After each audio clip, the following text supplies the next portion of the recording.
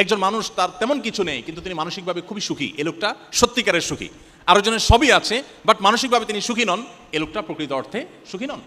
Finland পরপর 5 বছর ইউরোপের এই দেশটি পৃথিবীর সবচেয়ে সুখী দেশ হিসাবে নির্বাচিত হয়েছে। ফিনল্যান্ড, এদেশে মানুষের সংখ্যা সম্ভবত 55 লাখ, কম বেশি 55 লাখ মানুষের বসবাস।